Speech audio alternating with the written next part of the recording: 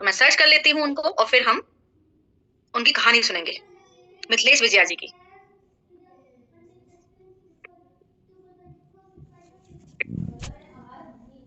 तो वेलकम मिथिलेश जी, मैं आपको होस्ट बना देती हूँ, क्योंकि मैंने सिक्योरिटी लगा रखी है। तो आप अब होस्ट हैं, आप अपना कैमरा ऑन कर सकती हैं। Okay, thank you ma'am. Good morning ma'am. Good morning morning. So आपका स्वागत है हमारे इस सेशन में। तो आज हम आपकी सफलता की कहानी सुनना चाहेंगे कि आप, क्योंकि मुझे भी आपकी स्टोरी नहीं पता है, मैं भी आज आपकी स्टोरी फर्स्ट टाइम सुनूंगी। ठीक है, तो मैं जानना चाहूंगी कि किस तरीके से आप इस बिजनेस के अंदर आई, उस टाइम पे आपका क्या माइंडसेट था, है ना।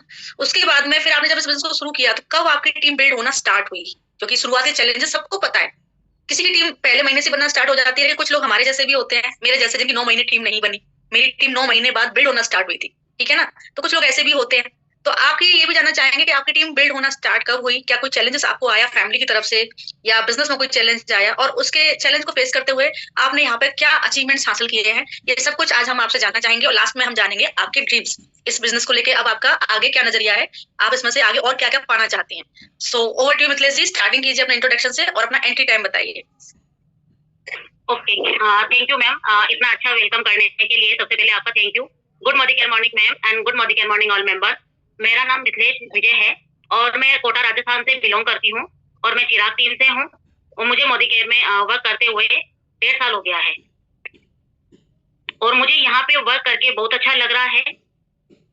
तो मैं सबसे पहले बता देती हूँ अपना मैं यहाँ पे सीनियर एग्जीक्यूटिव डायरेक्टर लेवल पे हूँ और जैसा मैंने अभी बताया कि मुझे यहाँ पे वर्क करके बहुत अच्छा लग रहा है। एक मेरी एक प्यारी सी टीम भी है यहाँ पे, जो कि हम एक फैमिली की तरह पे यहाँ पे वर्क करते हैं।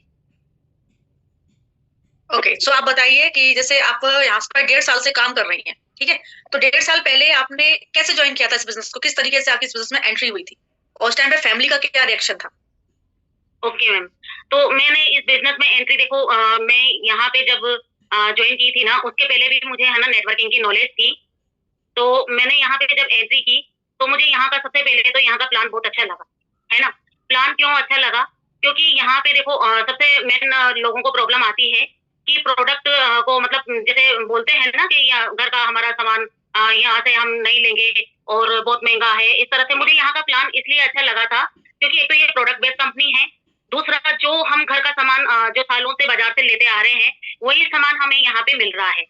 सिर्फ डिफरेंस इतना सा है कि मार्केट से हम जब लेके आते हैं तो हमें कोई बेनिफिट नहीं मिलता है, जबकि यहाँ पे कंपनी हमें बहुत सारे बेनिफिट दे रही है ना। तो मुझे यहाँ का प्लान बहुत अच्छा लगा। और मैं जैसा मैं बता दूं आप लोगों को, जब मैं नेटवर्किंग बिजनेस में आई थी ना, तो उससे पहले मैं जॉब करती थी, है ना। स्कूल में टीचिंग जॉब करती थी मैं। तो लॉकडाउन टाइम में मेरी जॉब चली गई। तो लॉकडाउन टाइम में हम घर में फ्री ही रहते थे और आदत थी काम करने की, घर से बाहर काम करते थे। घर से बाहर जाके तो फिर घर में एकदम से बैठ गए तो बहुत मुश्किल हो रहा था। मजा तो आ रहा था कोरोना लॉकडाउन टाइम में, मजा तो आ रहा था कि, लेकिन वो मजा थोड़े दिन ही आया। उसके बाद तो एक बोरियत सी लगने लगी कि अब क्या करें, कुछ तो करना चाहिए, है ना। ऐसा तो टाइम पास नहीं हो रहा, क्या सारे दिन खाना बनाना और ये सारा मौज मस्ती, ये सब मतलब थोड़ा अजीब सा लग रहा था। तो ऐसे ही एक दिन मैं है ना मोबाइल चला रही थी। तो मोबाइल चलाते चलाते मुझे फेसबुक पे मेरी जो अपलाइन है, जोया सिद्दीकी मैम मेरी अपलाइन है, उनकी पोस्ट मुझे दिखी। जब उनकी पोस्ट मैंने देखा तो देखते ही मैंने उनको थोड़ा सा, मुझे भी जैसे लोग बोलते हैं ना कि फ्रॉड तो नहीं है। और सही बताऊं तो मैं जब कोरोना टाइम आया था ना, उससे जस्ट पहले ही मैंने अपना मोबाइल लिया था। मेरे पास है ना कीपैड वाला फोन हुआ करता था जियो का।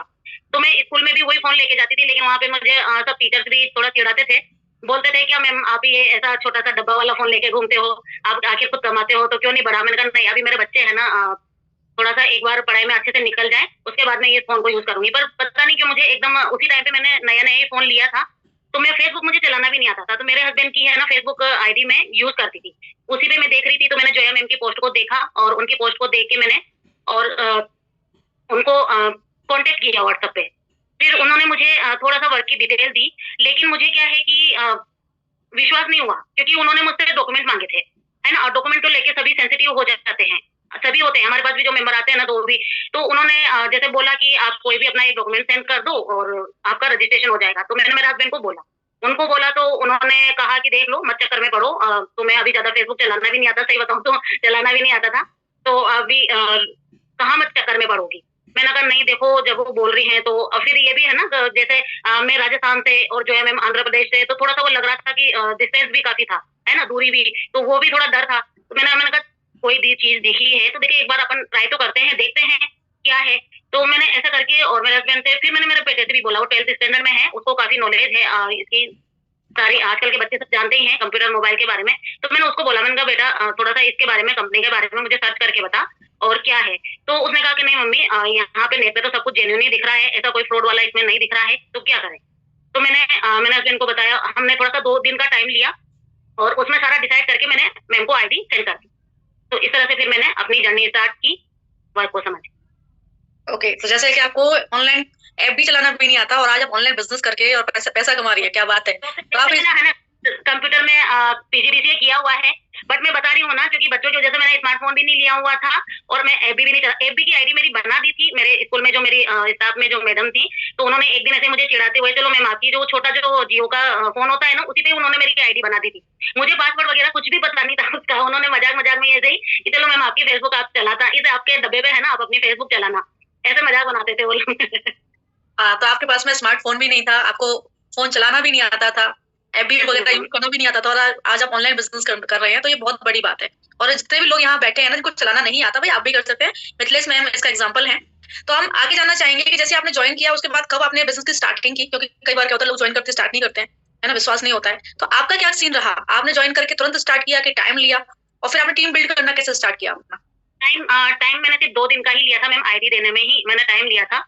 उसके बाद मुझे कोई टाइम नहीं लगा, क्योंकि जो मुझे जैसे यहाँ का बताया गया ना कि ये प्रोडक्ट है, ऐप के बारे में नॉलेज दी गई और प्रोडक्ट देखा, तो प्रोडक्ट वही था जो हमारे घर में यूज होता है। थोड़ा सा देखो, मुझे तो करना था वर्क, तो मेरा तो माइंड सेट हो गया था, थोड़ा सा घर वालों को थोड़ा माइंड सेट करना था, तो उसमें भी मुझे ज्यादा टाइम इसलिए नहीं लगा क्योंकि मेरी सास हर महीने मुझे है ना सामान लाने का पैसा मुझे ही देती है।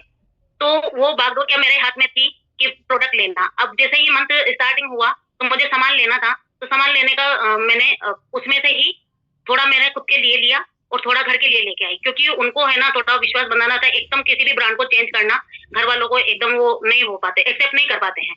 तो मैंने उनको थोड़ा मैंने अपने खुद के लिए लिया, पर्सनल यूज का, और उसके बाद थोड़ा सा मैंने घर का लिया लिया मैंने लॉयल्टी के अंदर ही, है ना, लॉयल्टी बेनिफिट मुझे बताया गया, तो लॉयल्टी बेनिफिट में ही मैंने अपना ऑर्डर प्लेस किया।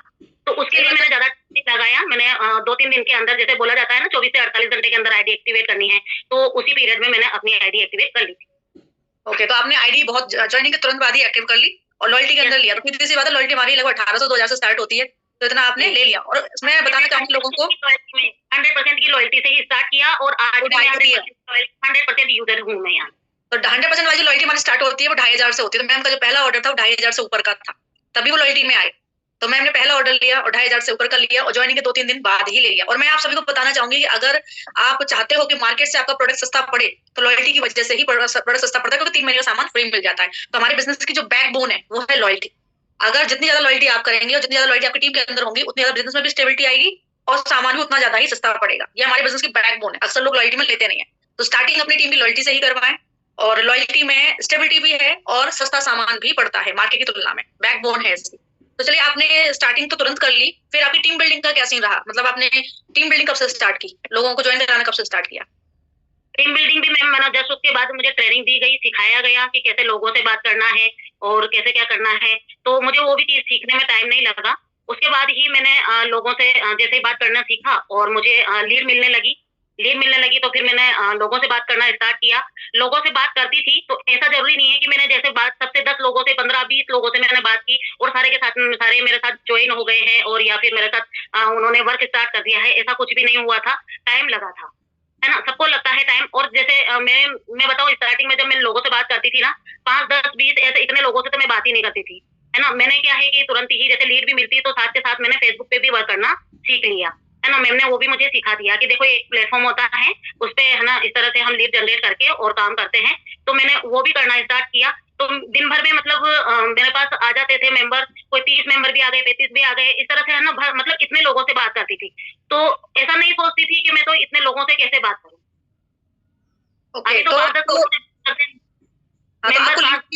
आपको लीड्स भी दी जा रही थी और आप खुद भी जनरेट कर रहे थे। देखिए मैम, मेंबर्स, सॉरी मैम नहीं करी, देखिए मेंबर्स, यही सफलता की सीढ़ी है। मैंने आपको बोला है कि अगर आप ग्रो करना चाहते हैं तो सेल्फ लीड जरूर जनरेट करें, क्योंकि मैंने चीज नोटिस की है कि जो लोग सेल्फ लीड जनरेट करके काम शुरू करते हैं ना, वो जल्दी ग्रो करते हैं। ये एक और एग्जाम्पल आप ले सकते हैं, क्योंकि मैम ने खुद से लीड जनरेट की स्टार्टिंग से, और हमारे पास जितने भी लोग हैं जो आज सफल हैं, जो लाखों की इनकम जनरेट कर रहे हैं, उनमें से 98% लोगों ने खुद से लीड जनरेट करी है, खुद से स्टार्टिंग से खुद से लीड जनरेट की है। हमारी लीड्स भी उनको मिली है, खुद से भी करी है। तो उन्होंने क्या नंबर्स की क्वांटिटी बढ़ा के रखी है। तो जितने ज्यादा नंबर्स रहेंगे, उतना ज्यादा प्लान एक्सप्लेन करेंगे, उतने ज्यादा ज्वाइनिंग रेशो रहेगा, उतनी ही जल्दी आप ग्रो करेंगे। तो आपने खुद से ही लीड जनरेट कर ली, जबकि आपको एफबी चलाना भी नहीं आता था, आपने सीख भी लिया और आपने लीड जनरेट करना स्टार्ट भी कर दिया।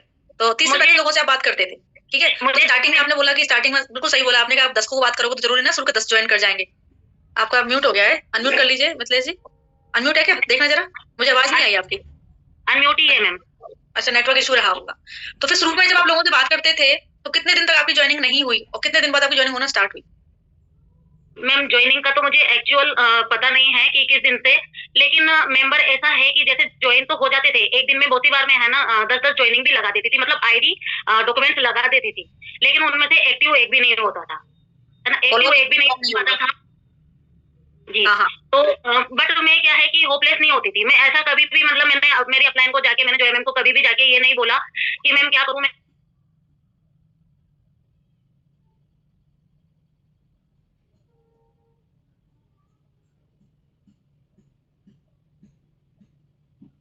एक्टिव है मेंबर। तो ये भी होता था, लेकिन मैं चिल रहती थी, मैं मैम से भी ये बोलती थी, मैंने कहा कोई बात नहीं मैम,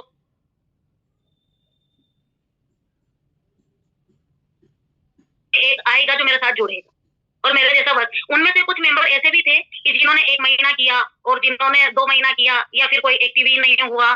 तो कुछ मेंबर ऐसे भी हुए, मतलब वो चलता रहा कि ऐसा नहीं है कि एकदम से ही काम हो गया, स्पीड पकड़ लिया। धीरे धीरे टीम बिल्ड होना स्टार्ट हुई है ना, धीरे धीरे लोग आना स्टार्ट हुए। मैं इसका जवाब दे सकती हूँ। स्टार्टिंग में क्या होता है कि हमारे पास नॉलेज की कमी होती है, तो स्टार्टिंग में हम लोगों को कई बार ज्वाइन तो करा लेते हैं, बट क्योंकि हम उस हिसाब से फॉलोअप नहीं ले पाते उनका, क्योंकि हमारे पास में एक्सपीरियंस नहीं है, हमारे पास दिखाने के लिए इनकम नहीं है। नहीं, हमारे पास दिखाने के लिए इनकम नहीं होती है, एक्सपीरियंस नहीं होता है, वो प्रॉपर तरीके से प्रोडक्ट की जानकारी नहीं दे पाते हैं, प्रॉपर तरीके से बिजनेस प्लान नहीं क्लियर कर पाते हैं, नेटवर्क मार्केटिंग की जानकारी नहीं दे पाते हैं। तो ऐसी कंडीशन में क्या होता है कि शुरुआत में लोग ज्वाइन हो जाते हैं, बट फॉलो कमजोर होने की वजह से लोग लेफ्ट कर जाते हैं। जब हम काम कर रहे होते हैं तो काम करते करते हम सीख जाते हैं कि हम कहाँ मिस्टेक कर रहे थे, क्योंकि मैंने भी काम करते करते सीखा कि हम मैं कहाँ गलती कर रही हूँ। तो काम करते करते हम सीख जाते हैं कि भाई यहाँ गलती हो रही है, फिर उस गलती को हम सुधारना स्टार्ट कर देते हैं, और वैसे ही हमारे एक्टिव मेंबर का रेशो भी बढ़ जाता है। तो ये होता है।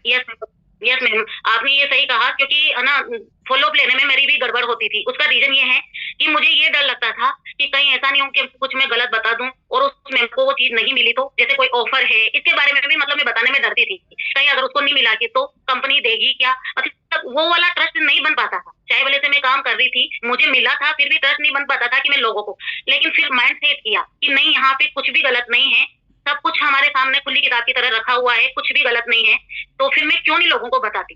फिर मैंने जैसे जैसे बताना शुरू किया, मेरे अंदर कॉन्फिडेंस आता गया, और 6 महीने बाद मेरे पास फर्स्ट लीडर आई थी मेरी मनीषा, है ना। मनीषा फर्स्ट लीडर थी जो मेरे साथ जुड़ी और मेरे जैसा मुझे डुप्लीकेट करके उन्होंने काम करना स्टार्ट किया। और ऐसे लीडर्स मिलते हैं, ऐसे लीडर्स मिलते हैं, मतलब लीडर्स रोज थोड़ी ना मिलते हैं, लीडर्स महीनों में मिलते हैं। एक लीडर जैसे अगस्त में मिल गई तो दूसरी लीडर आपको सितंबर अक्टूबर में मिल जाएगी। ऐसे मतलब आप करते रहो, काम करते रहो, लोगों को ज्वाइन कराते रहो, लोगों को ज्वाइन कराते रहो, तो उसमें आपको कुछ काम करने वाले लोग भी मिलेंगे, क्योंकि आप इकलौते नहीं हो जो काम करना चाहते हो इस दुनिया में। ये दुनिया बहुत सारी फीमेल्स ऐसी हैं जो आपके जैसी हो, काम करना चाहती हैं। हमें वहां तक पहुंचना है, लेकिन वहां तक पहुंचने में हमें बहुत सारे ऐसे लोग भी मिलेंगे जो सिर्फ फ्री की ज्वाइनिंग से ज्वाइन हो जाएंगे, जो काम करना नहीं चाहते फिर भी ज्वाइन हो जाएंगे। तो कुछ लोग हमें ऐसे ही मिलेंगे, लेकिन हमें हमारे जैसे लोग भी मिलेंगे, क्योंकि जब मैंने शुरुआत की थी तो मुझे भी, मैं यही सोचती थी मैं इकलौती तो हूँ नहीं, दुनिया में मेरे जैसे लोग भी होंगे जो काम करना चाहते हैं। और मेरे जैसे मुझे कितने मिल गए, मिथिलेश जी हैं जो काम करना चाहती हैं, मिथिलेश जी की डाउन में एक लीडर आई जो काम करना चाहती हैं। तो ऐसे काम करने वाले जो लोग हैं वो हमें मिलते रहते हैं, बस आप प्रोस्पेक्टिंग करते रहो। बिना काम करने वाले लोग भी मिलेंगे और साथ में काम करने वाले लोग भी मिलेंगे, हमें उन लोगों से मतलब है, बस प्रोस्पेक्टिंग करते रहो, लोगों को ज्वाइन कराते रहो, उनका फॉलोअप लेते रहो। आप अपना काम करो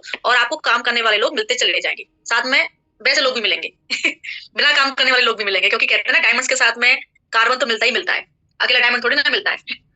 ओके, तो आगे हम कंटिन्यू करते हैं। तो मिथिलेश जी, मैं जानना चाहूंगी कि आपने 1.5 साल में आपका काफी अच्छा लेवल हो गया है, तो आप डायरेक्टर आपने कब क्वालिफाइड किया, और क्या आप गोल सेट करके काम करते हो, टारगेट्स लेते हो? यस मैम, मैं गोल भी सेट करती हूँ, और मेरा 2 महीने में मेरा डायरेक्टर हो गया था यहाँ पे। उस टाइम पे जब चलता था 1200 पीवी पे डायरेक्टर, तो उसमें ही मैंने अपना 2 महीने में डायरेक्टर क्वालिफाई कर लिया। ज्वाइनिंग के 2 महीने बाद डायरेक्टर बन गए आप? जी जी मैम, क्या बात है, ग्रोथ काफी स्ट्रॉन्ग रही फिर तो आपकी, ज्वाइनिंग के 2 महीने के अंदर अंदर आप डायरेक्टर निकल गए। हमारे यहाँ तो जो 2 महीने में लोग एक्टिव नहीं करते।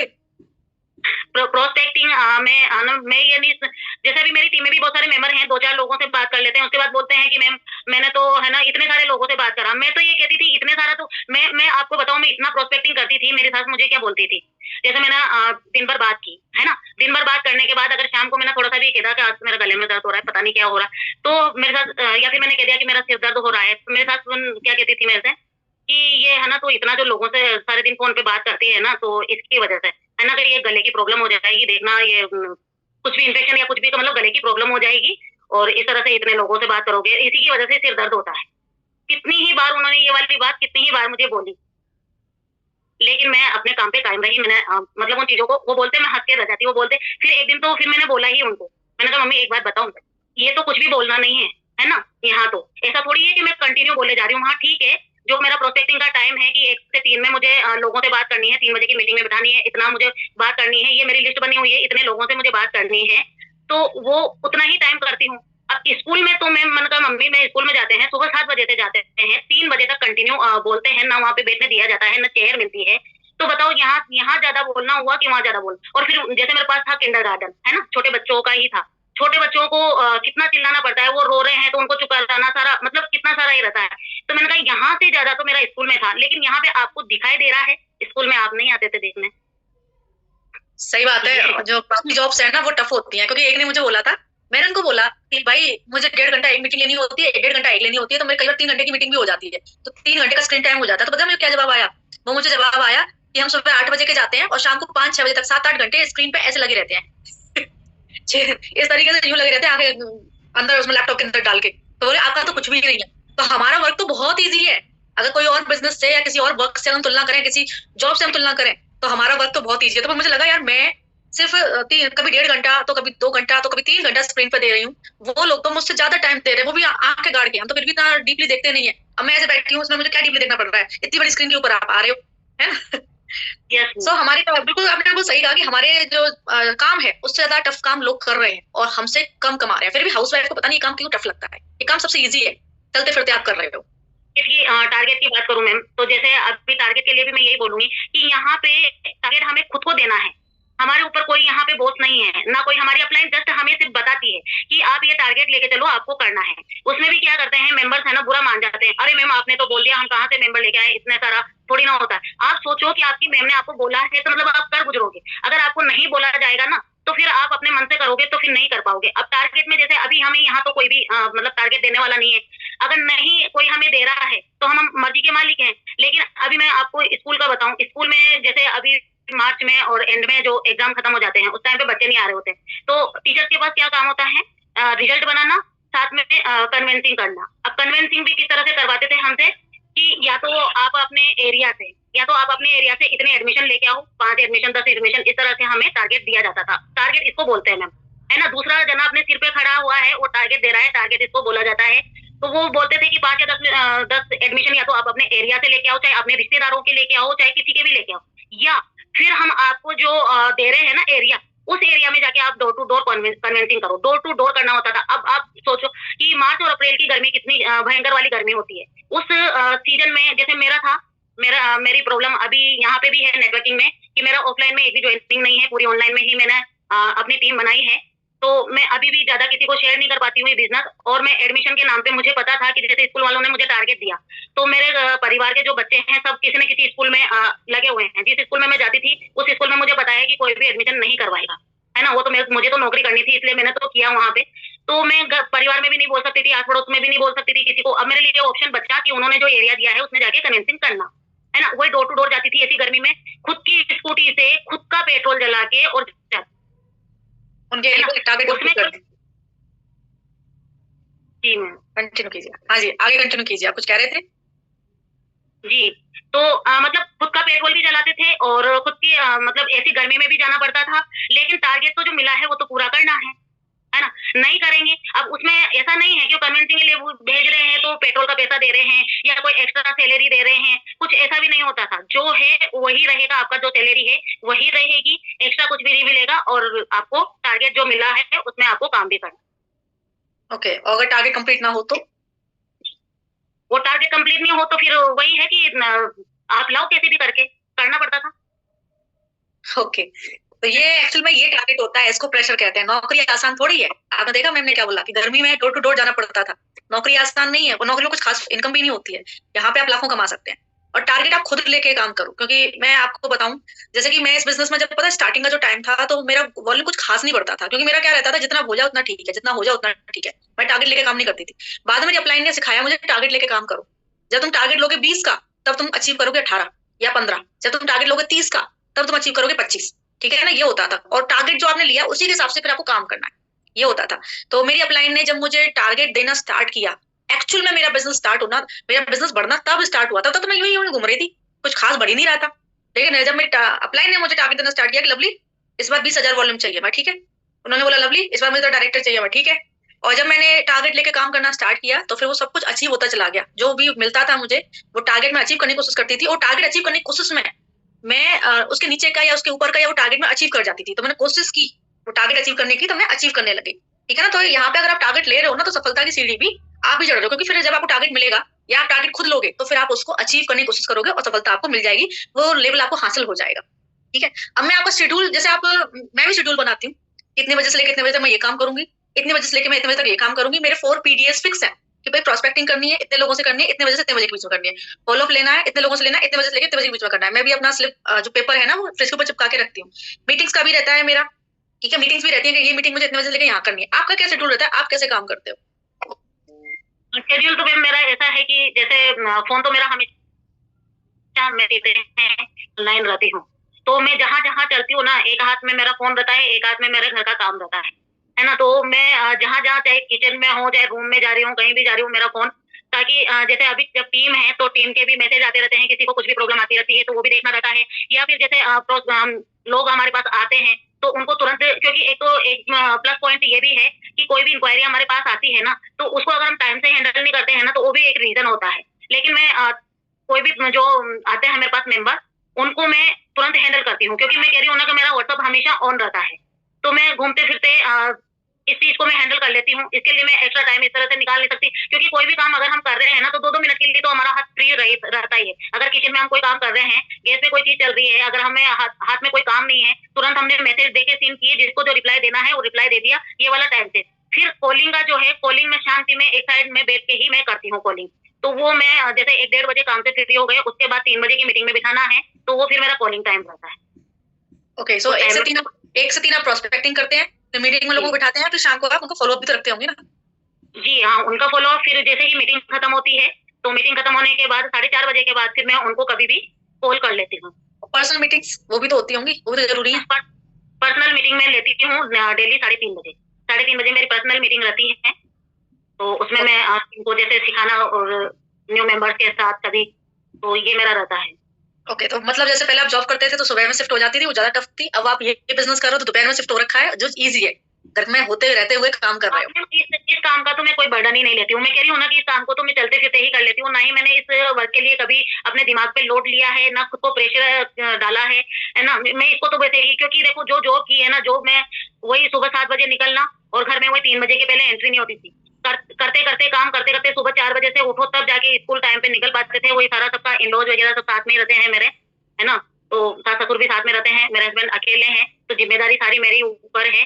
तो वो उनका सारा खाना सब बना के सारा पूरा पैकअप करके जाना।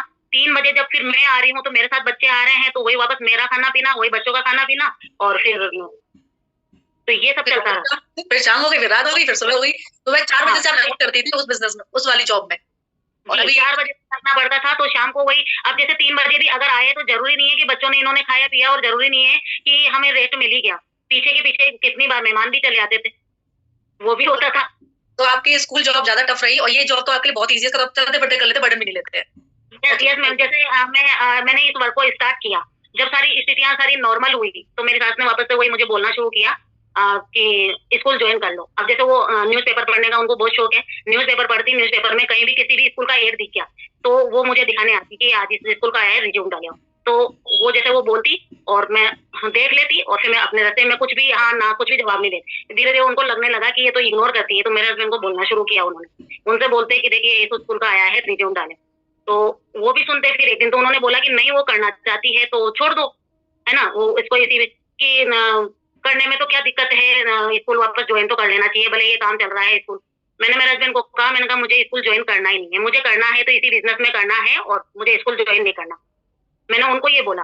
फिर तभी चलता था बीच बीच में, जैसे मैं बीच में मेरे साथ था ना कंपटीशन के, जो राजस्थान में बहुत सारे कंपटीशन निकलते रहते हैं, तो पहले भी मैंने काफी एग्जाम दिए थे। फिर वापस उनके लिए भी उन्होंने कि ऐसा करो, ये वाला फॉर्म भर दो, ये वाली वैकेंसी निकली है इसमें भर दो, आज कंप्यूटर की निकली है इसमें भर दो, है ना, ये सब चलता रहा। तो उसमें भी उन्होंने ऐसे ही, तभी मैं इग्नोर करने लगी। फिर उसमें भी मैंने एक दिन बोला, मैंने कहा मम्मी मैं तो ओवर एज हो गई कि नहीं मैंने कहा ऐसे में पीछा नहीं छुड़ा सकती, है ना, कितना भी मतलब इतने कंपटीशन दिए अभी तक कुछ नहीं हुआ, तो अब क्या हासिल कर लूंगी। मैंने कहा मुझे एक जगह कंसंट्रेशन करने दो। बहुत खिचड़ी पका ली पहले, क्योंकि हमने देखो मैम बहुत सारी चीजें की है, मैंने बहुत काम किए हैं। और बहुत एक इस चीज बात पे मैं बोलना चाहूंगी कि लोग यहाँ पे देखो क्या बोलते हैं, मैम हम तो इतने महीने से सामान ले रहे हैं और हमारा तो कुछ भी नहीं हो रहा है, हमारा तो बहुत नुकसान हो गया यहाँ पे, है ना। हमने तो हमारा जो वो था क्या, हम सेविंग थी वो भी सारी खर्च होगी। ऐसी वाली बातें मुझे सुनने में आती है, मेरी खुद की टीम में भी सुनने में आ जाती है ये वाली बातें। मैं ये बोलती हूँ कि आप अपने घर का जरूरत का सामान यहाँ से ले रहे हो, उसको इन्वेस्टमेंट का नाम क्यों देते हैं लोग।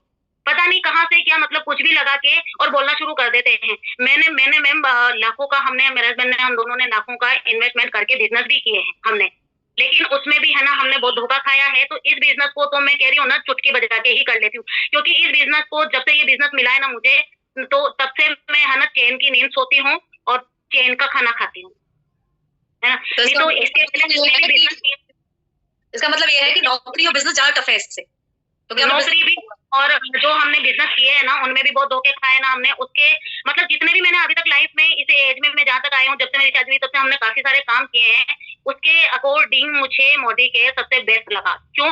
क्योंकि जो पहले के हमारे जो बिजनेस थे और जो मैंने नौकरी भी की, सब में ही कितनी ही रातें मैं है ना रोके सोई हूँ, कितनी ही रातें रोके, क्योंकि इतना फ्रस्ट्रेशन, इतना काम, इतना ओवरलोड, मतलब इतना शाम तक होते होते। और जैसे खुद के बिजनेस थे तो खुद के बिजनेस में भी ये रहता था कि अभी जैसे यहाँ पे क्या है, अगर हमारा मेंबर नहीं जुड़े कोई बात नहीं, ये नहीं तो आया तो नो, जैसे नो तो आया तो बेस्ट, नहीं तो नेक्स्ट, है ना, ये हम सोच के चलते हैं।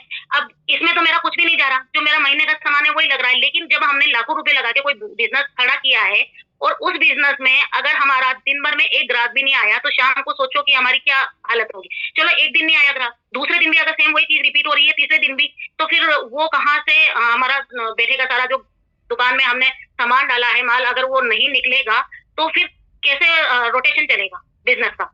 लेकिन यहाँ तो हमारे साथ वो वाली प्रॉब्लम है ही नहीं। ठीक है, महीने का सामान जो आया हमने खा लिया, गया तो हमारे पेट में ही है ना, हम ही तो लाए हैं, हम ही किया है, हमारे तो पेट में गया है। और वैसे भी प्रोडक्ट जो हम यूज कर रहे हैं वो हम किसी न किसी दुकान से तो वैसे भी लाते हैं, तो यहाँ तो कोई इन्वेस्टमेंट हो भी नहीं रहा है, तो टेंशन ही नहीं है। उसके लिए स्पेशली तो कई अब पता नहीं क्यों लोग इससे ऐसी वाली बात बोल जाते हैं। मैं, मेरे तो जो जमा पूंजी थी ना, सेविंग थी ना, वो भी खर्च हो गई। बाप रे, कैसे बोल देते हैं लोग। वो सामान यूज नहीं करते, वो मोदी केयर में आके ही पेस्ट करना स्टार्ट करते हैं, मोदी केयर में आके ही वो साबुन सर्फ यूज करते हैं, बाकी टाइम तो मिट्टी का इस्तेमाल करते होंगे। ये तो गलत बात है, सही कह रहे हो आप। लोग ऐसा बोलते हैं, मैं भी, मेरे भी सुनने में आया हुआ है कि हमारा तो पैसा खर्च हो गया, हमारा तो ये हो गया, हमारा तो वो हो गया। लेकिन प्रोडक्ट जो आप यहाँ पर ले रहे हो वही प्रोडक्ट मार्केट में से आप ऑलरेडी लेते हुए आए हो, तो ये इन्वेस्टमेंट है ही नहीं। और मैंने बिल्कुल सही कहा, आप खुद सोचोगे 5 लाख रुपए या 10 लाख रुपए या 50 लाख रुपए किसी इन्वेस्टमेंट में लगा, किसी बिजनेस में इन्वेस्ट कर रखा है, और अगर वो बिजनेस रन नहीं कर रहा, तो बेचारे जिन लोगों ने बिजनेस को स्टार्ट किया उनके दिल पे क्या गुजरती होगी। वहां पैसा डूबने का डर लगता है, हमारे यहाँ तो कोई डर है ही नहीं, घर का सामान है। तो कहता नहीं है वो कि मैंने बिजनेस भी किया है, मैंने जॉब भी किया है, और ये मेरे लिए चुटकी का खेल है, बर्डन है ही नहीं उनके लिए, क्योंकि इससे टफ काम वो कर चुकी है, और हाउस वाइफ ने इससे टफ काम किया नहीं है, इसलिए उसको यही टफ लगता है। ओके, सो मैं ये जानना चाहूंगी कि आपका लेवल क्या है फिलहाल? एसीडी है मैम मेरा, सीनियर एग्जीक्यूटिव डायरेक्टर। तो आप मुझे बताएंगे कब डायरेक्टर बनी, फिर कब नेक्स्ट एसडी डायरेक्टर मतलब सीनियर डायरेक्टर का आपने किया, फिर कब ईडी बने, और कब आप एसडी बने, आपकी 1.5 साल के अचीवमेंट्स आप बताएंगे हमें। और फिर उसके बाद में मैं ये भी जानना चाहूंगी कि क्या आपकी जो जॉब वाली इनकम थी उसको हमारी इनकम क्रॉस कर गई मोदी केयर की? यस मैम, इनकम तो कर गई है, जो जॉब वाली इनकम है मेरी, वो इनकम मेरी क्रॉस कर गई है। और भगवान ने चाहा अभी मैं और मेहनत करूंगी, और उससे कितने ही गुना मैं यहाँ से मोदी केयर से इनकम अचीव तो आपके सपने लाखों में होंगे कि मैं 1 लाख कमाऊं, मैं 2 लाख कमाऊं, मैं 5 कमाऊं, मैं 10 लाख कमाऊं, क्योंकि आपके पास में मिल गया ना चिराग, एक चिराग मिल गया मोदी केयर, जिसको मोदी के बिजनेस को करके खूब सारा कमा सकती हैं। तो आप बताइए फिर आप सीनियर डायरेक्टर कब बने, कितने महीनों में आपने सीनियर डायरेक्टर निकाल लिया, कितने महीनों में आप ईडी निकाल गए, और कितने महीनों में फिर आपने एसईडी क्वालिफाई कर लिया? तो कार फंड भी आप एंजॉय कर रहे होंगे। यस मैम, नेक्स्ट मंथ से फरवरी से मेरा कार फंड भी आना स्टार्ट हो जाएगा। अच्छा, 3 महीने पहले भी एसईडी बने हैं, है ना? जी, 3 महीने पहले बनी हूँ मैं, और 3 महीना मैंने एसईडी मेंटेन कर लिया है, और फरवरी मंथ से मेरा कार फंड आना स्टार्ट हो जाएगा। तो नेक्स्ट मंथ आपका इनकम जंप होने वाला है। Yes ma'am. बस आपका आशीर्वाद बना रहे। सबसे पहली बात तो यह है कि आपने इतना अच्छे ये अपॉर्चुनिटी जो हमें दी है, उसके लिए थैंक यू बोलूंगी मैं आपको, क्योंकि घर बैठे का जो इतना अच्छा प्लेटफॉर्म दिया है ना, मतलब मैंने कभी सपने में भी नहीं सोचा था कि घर बैठे का बिना पैसे का भी, क्योंकि आज तक जितने भी काम हमने सोचे ना, सब में कहीं ना कहीं इन्वेस्टमेंट इन्वेस्टमेंट इन्वेस्टमेंट। अब मैं थक चुकी थी इन चीजों से, बिल्कुल थक चुकी थी, क्योंकि इतना पैसा लगा चुके थे हम और बहुत नुकसान भी उठाया है सही बताऊं तो। वो उससे क्या है कि मैं भगवान से प्रार्थना करती थी, अंदर ही अंदर प्रार्थना करती थी कि भगवान कोई ऐसा बताओ। मुझे उस टाइम पे मतलब ऐसा होता नहीं लगता नहीं था कि ऐसा कोई बिना इन्वेस्टमेंट का भी कोई काम होता है, लेकिन फिर भी क्यों पता नहीं मन ही मन में ये सोचती थी भगवान एक काम ऐसा कोई ऐसा काम मिलना चाहिए जिसमें पैसा ही नहीं लगाना पड़े। मैं थक गई हूँ पैसा लगा लगा के, पैसा लगा लगा के, ऐसा कोई काम मिल जाए। और रियली भगवान ने ऐसी सुनी कि मतलब ये जो नेटवर्किंग बिजनेस उन्होंने मोदी केयर दिया, तो मैंने तो कहीं दूर दूर तक मैं इसके बारे में जानती भी नहीं थी सही बताऊं कि इस तरह का भी बिजनेस होता है। बस भगवान से ये बोलती थी कि भगवान अब कैपेसिटी खत्म हो चुकी है कि इन्वेस्टमेंट करके कोई काम किया जाए। ऐसा वाला बिजनेस तो रियली भगवान ने सुनी और ये अपॉर्चुनिटी मुझे दिखाई, और भगवान ने ही मुझे इशारा किया, मुझे फीलिंग भी आई थी ये वाली, तो कि मतलब ज्वाइन करने का, तो मैंने ज्वाइन किया और इस अपॉर्चुनिटी में मैंने जैसे ही कदम रखा और सक्सेस भी मिली। मैं डायरेक्टर 2 महीने में हो गई थी, मुझे एग्जैक्ट तो ध्यान नहीं रहा मैम, शायद तीसरे या चौथे महीने में मैं सीनियर डायरेक्टर हो गई थी। क्या बात है। और उसके बाद मैं साल भर में ईडी हो गई और ये एसीडी उसके बाद। विश्वास किया ना, इसलिए सफलता मिलती चली गई। भगवान को थैंक यू बोला ना। ग्रेटिट्यूड बहुत जरूरी है किसी भी काम में। अगर आप बरकत चाहते हो तो ग्रेटिट्यूड बहुत जरूरी है। और आप शिकायती लहजे में रहते हो तो जो भी है वो भी चला जाता है ना। तो आपकी अगर सफलता का राज मैं बताऊंगी, एक तो आपकी मेहनत है और दूसरा आपका विश्वास, और जो आप ग्रेटिट्यूड का इस्तेमाल करते हैं वो, क्योंकि सफलता की सीढ़ियां आपके सामने यूनिवर्स ने ही बिछाई है, तो आप आगे बढ़ते चले गए। तो बहुत ही जल्दी आपने ईडी कर लिया, बहुत जल्दी आपने एसटीडी कर लिया। नेक्स्ट मंथ में आपकी इनकम जंप होने वाली, क्योंकि आपका कार फंड ऐड हो जाएगा उसके अंदर, फिर आप कार भी ले सकते हैं। तो आपकी इनकम भी क्रॉस कर चुकी है ना। तो आप बहुत खुश होंगे इस बिजनेस में। अब मैं ये जानना चाहूंगी आपके सपने, बहुत क्योंकि सपने ही होते हैं, तो मैं हमेशा बोलती हूँ कि थोड़ा बड़ा गोल लो। छोटा गोल आपको वो जुनून देगा ही नहीं इस बिजनेस को करने का। तो आपके सपने क्या है, आप मुझे बताएंगी? अभी सबसे पहला सपना तो मेरा कार लेने का है मैम। उसका रीजन ये है क्योंकि मेरे घर में गाड़ी नहीं है, और जब हम सारे साथ जाते हैं तो मुझे बहुत फील होता है कि काश गाड़ी होती तो गाड़ी से हम आराम से सारी पूरी फैमिली जा सकते थे और शाम से जा सकते थे, क्योंकि परिवार में जब सब गाड़ियों से आते हैं शाम से आते हैं और हम नहीं जा पाते हैं ना, तो बड़ा मन हर्ट होता है।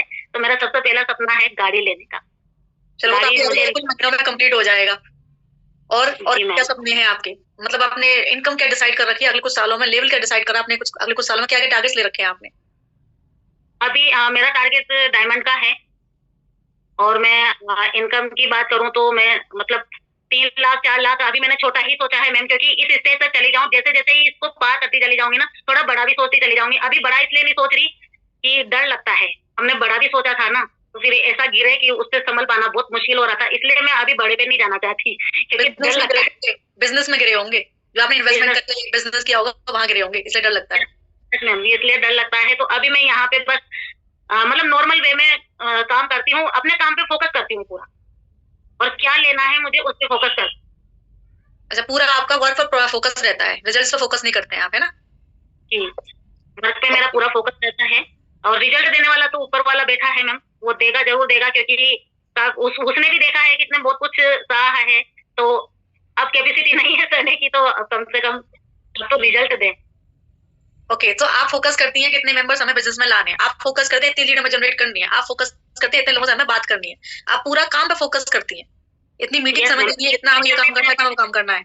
लीड जनरेट के लिए भी मैं बोलूं मैम, मुझे जोया मैम ने जैसे मुझे फेसबुक पे काम करना सिखाया था ना उन्होंने, तो उन्होंने बस मुझे इतना सा बोला था कि मिथिलेश जी ये फेसबुक है, यहाँ पे इस तरह से नॉर्मल ग्रुप होते हैं, उन ग्रुप में पोस्टिंग डालते हैं, और एक तरह के ग्रुप और आते हैं जिनमें है ना कुछ पैसा लगा के और लीड वहां से मेंबर ज्यादा आते हैं।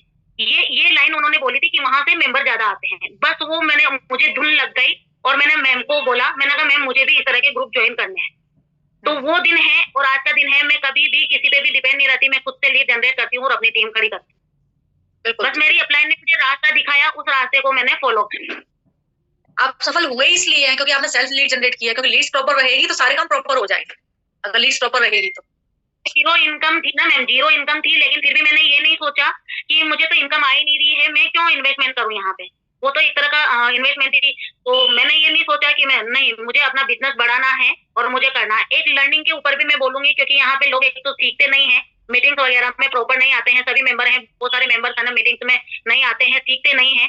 तो इसके लिए भी देखो मुझे है ना, मैं दिन भर की इतनी मीटिंग्स देखती थी, इतनी मीटिंग ज्वाइन करती थी मैं, कि एक दिन में 4-4 5-5 मीटिंग देखती थी। तो एक दिन तो मेरे हस्बैंड ने गुस्सा होके, जैसे उन्होंने कभी 2-3 बार मुझे कोई भी बात बोली कि ये काम ऐसा ये करना है, और शायद हो सकता है उस टाइम पे मेरा मीटिंग में ध्यान होगा, तो मैंने सुना नहीं। अब दूसरे दिन जब उन्होंने उस बात के लिए मेरे से पूछा, तो मैं एकदम अननोन हो गई कि मुझे तो इसके बारे में पता ही नहीं। तो उन्होंने झुंझला के ही बोला फिर कि तुम्हें ध्यान कहाँ रहता है, तुम्हारा पूरा ध्यान तो हमेशा मीटिंग में रहता है सारा टाइम।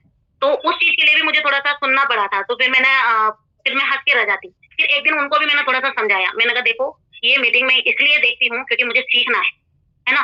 सीखना क्यों है? क्योंकि मेरे नीचे जब मेरे जो टीम बनेगी, मेरे जो मेंबर आएंगे ना, उनको सिखाना है। उनको क्या सिखाऊंगी फिर? अगर मुझे खुद को ही नहीं आएगा तो उनको मैं क्या सिखाऊंगी? इसलिए मुझे सीखना है। तो मीटिंग तो मैं लूंगी, चाहे आप लोग अच्छा मानो, चाहे बुरा मानो, चाहे कुछ भी करो, लेकिन मुझे मीटिंग देखनी है। और मीटिंग ऐसा नहीं कि जैसे मोबाइल ऑन करके बैठ गई और सिर्फ सुनने हैं और मजे ले रहे हैं या सो गए हैं। मैं मीटिंग्स भी हमेशा प्रॉपर, जैसे फर्स्ट टाइम मैंने मीटिंग देखी तो थोड़ा सा कि क्या चल रहा है, क्या टॉपिक है, कैसा।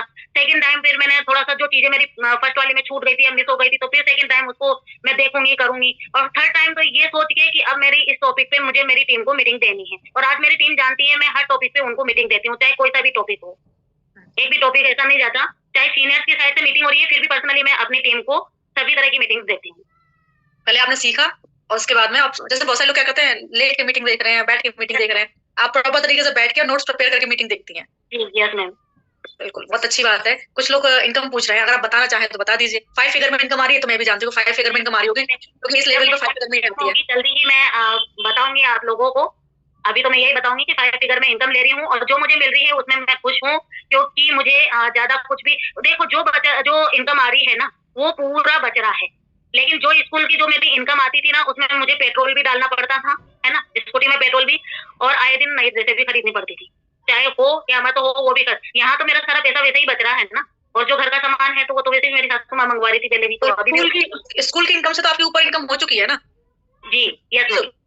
मैं लोगों को बता सकती हूँ, क्योंकि मुझे थोड़ा बहुत आइडिया है। एसईडी लेवल पे मिनिमम लगभग 30,000 के आसपास आते हैं, मैक्सिमम तो उसमें 1 लाख कमा लो, 1.5 कमा लो, 2 कमा लो, कितना भी कमा लो, मैक्सिमम आप उसमें 1.5 से 2 लाख कमा सकते हैं एसईडी लेवल पे, इस लेवल पे। एंड मिनिमम के मेरे हिसाब से होती है 25 से 30 हजार मिनिमम होती है। तो मेरे हिसाब से ये जो इनकम है एक हाउसवाइफ के लिए बहुत अच्छी है। क्योंकि कुछ, जैसे मैंने भी स्टार्टिंग में मैंने सुना, जैसे हमारी टीम में है एक लीडर, उन्होंने भी सोच रखा था कि ये 50,000 होगी तब दिखाएंगे, तो उन्होंने शायद 50-60 हजार की इनकम हुई थी, तभी उन्होंने अपनी इनकम शो की थी। ठीक है ना। सो इस लेवल पे जो इनकम होती है मिनिमम 25 से 30 हजार होती है, और मैक्सिमम होती है 1.5 से 2 लाख। और 5 फिगर में वो बोल रहे हैं, तो इसे अराउंड में इनका पे आउट होगा। ओके। हाँ, अगर आपको हुआ है 1 महीना ज्वाइन हुए, तो आप इस बिजनेस को करो अच्छे से। मैं अपना पे आउट आराम से बता सकती हूँ। मेरी इनकम यहाँ पे 3,41,000 है इस महीने में, तो जबरदस्ती दिखाती हूँ लोगों को, देखो। देखो, क्यों नहीं देखोगे? बैंक स्टेटमेंट भी देखो। Okay, so thank you so much Mithilesh ji, बहुत अच्छा लगा आपसे बात करके। आपसे मैंने ये भी देखा, मैं खुद आपसे इंप्रेस हुई, इवन मैं खुद आपसे मोटिवेट हुई। एक चीज तो मुझे ये समझ में आ गई कि नौकरी बहुत टफ है। दूसरी मुझे ये चीज समझ में आ गई कि बिजनेस और भी ज्यादा टफ है। वहां तो अपना गला अटका रहता है कि अगर टफ अगर बिजनेस नहीं चला तो क्या होगा, हमारा पैसा डूब जाएगा। तो आप ये बता रहे हो कि जान अटकी रहती है बिजनेस में, चैन की रोटी नहीं है बिजनेस में, चैन की नींद नहीं है बिजनेस में। यहाँ पर कम से कम चैन तो है कि हमारा जा तो कुछ नहीं रहा, चैन तो है कि हमारा जा कुछ नहीं रहा, घर का सामान ही तो है। तो ये बिजनेस सबसे ईजी है, और सबसे ज्यादा पे आउट देने वाला बिजनेस है, और पैसिव इनकम का सोर्स है। क्योंकि अगर किसी को पैसिव इनकम देखनी है तो मेरी देख लो, मुझे आती है। मैं काम नहीं करूं तो मेरे 2.5 लाख रुपए कहीं नहीं गए।